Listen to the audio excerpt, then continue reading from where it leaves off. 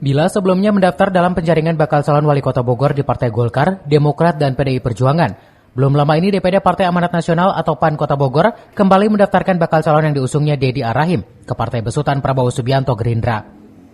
Dedi Arahim dan jajaran pengurus PAN diterima langsung Ketua DPC Partai Gerindra Sopian serta sejumlah jajaran pengurus lainnya.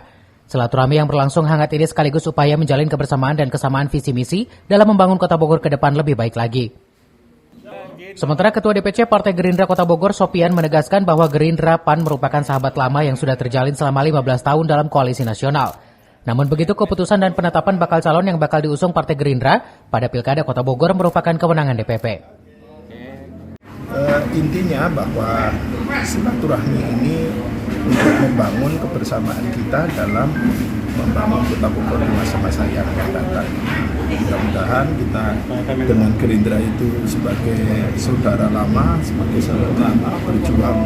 Kemudian di samping itu bahwa sesuai dengan mekanisme partai yang ada di Gerindra, bahwa itu ada penjaringan, maka calonkan Kang Dedi Rahim yang sudah mendapat rekomendasi dari DPD PAN untuk calon wali kota Bogor mendaftar di Gerindra.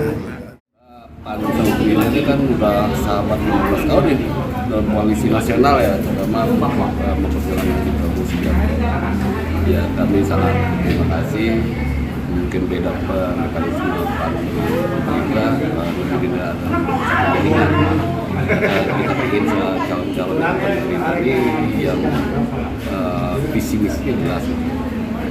Tujuannya terutama tadi karena kita sampaikan bahwa Gerindra ini ingin kalau ini bisa bukan juga ya program nasional gitu. Itu harapan kita ya. Nanti di atas tanggal 18 kita akan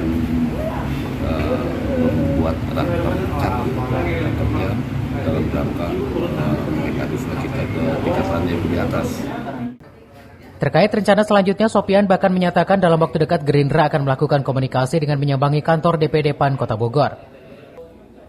Dari Kota Bogor, Herman Bons melaporkan.